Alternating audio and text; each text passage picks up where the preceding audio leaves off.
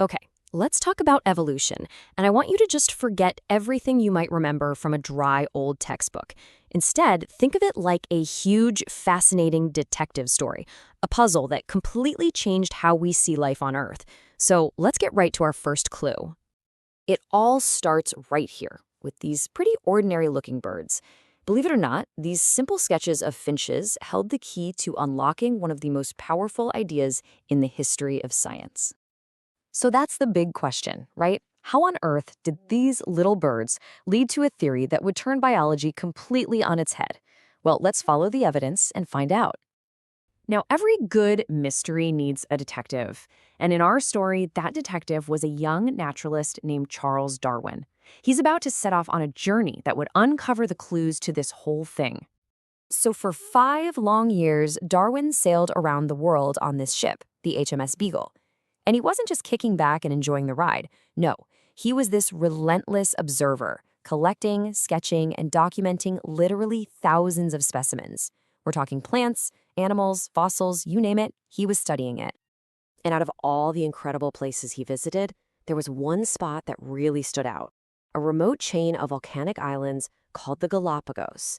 This is where the pieces of the puzzle really started to click into place. On the Galapagos, Darwin found all these amazing, unique creatures. But the thing that really caught his eye was actually kind of subtle. He noticed that the giant tortoises, well, they had differently shaped shells depending on which island they lived on.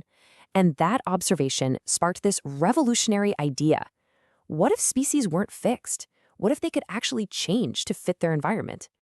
So Darwin heads back to England, and for years, years, he pores over all his notes and all the stuff he collected. And then, finally, he cracked it. He figured out the mechanism, the engine that was driving all this change. He called it the theory of natural selection. So what is it? Well, it's actually a pretty elegant idea. It's the process where organisms that just happen to have useful traits for their environment are more likely to survive and, crucially, have kids that inherit those traits. This little diagram shows it perfectly. See the beetles? The ones with higher fitness, meaning the ones that are a better match for their environment, they survive and make more baby beetles. And just like that, over a few generations, boom, their successful trait becomes way more common. It's all about who gets to reproduce the most. So Darwin's amazing theory, it's really built on 5 core ideas. You can think of them as the key ingredients in the recipe for evolutionary change. All right, here's the formula. It starts with genetic variation. That then fuels a system of overproduction and competition. All of that leads to the survival of the fittest. And the grand result, over a long, long time, descent with modification. Let's walk through how each step builds on the last one. First up, you need genetic variation. And this is super simple. It just means that in any group of living things, no 2 individuals are exactly the same. Just like these butterflies have different wing colors. What's so amazing is that Darwin saw this was the raw material for everything, decades before anyone knew what genes or DNA were. And of course, today we know that all this variety comes from tiny changes in DNA. It's the reason we can have all these different kinds of cats, from a hairless Sphynx to a fluffy Maine Coon, that are all still part of the same species. Okay, ingredient number 2 is overproduction. And this is just the simple fact that most species make way more offspring than can possibly survive. This stat is just mind-blowing. A sea turtle lays about 110 eggs, but on average, only just one little hatchling will make it all the way to adulthood. That's less than 1%. So what happens when you have all these babies and not enough resources to go around? Well, that leads directly to our third ingredient, competition. All those organisms have to compete for food, water, a place to live, mates, everything. Darwin called it the struggle for existence. So, in this big struggle, who wins? Well, that brings us to the famous phrase, survival of the fittest. But here's the thing, this is probably one of the most misunderstood ideas out there. Fittest does not mean biggest or strongest or fastest. In biology, fitness just means how good you are at surviving and having babies in your specific environment. It's all about being the best fit. So let's put it together. Variation gives you options. Competition forces a choice. And survival of the fittest decides the winner.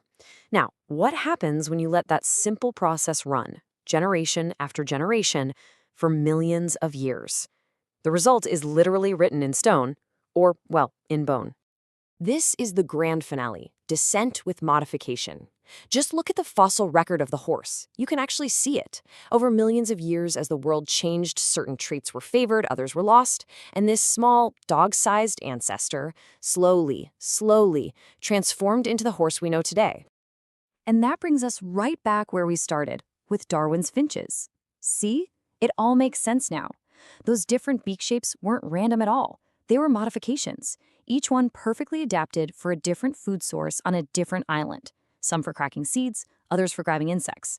They're a perfect living example of the whole process. So Darwin's big idea shows us that evolution isn't something that just happened a long time ago. It's a continuous story. It's happening right now, all around us, as life keeps adapting to a planet that's always changing. Which leaves us with one last, really fascinating question to think about. Where is this never-ending story taking life next? For more content like this, subscribe to Paperful.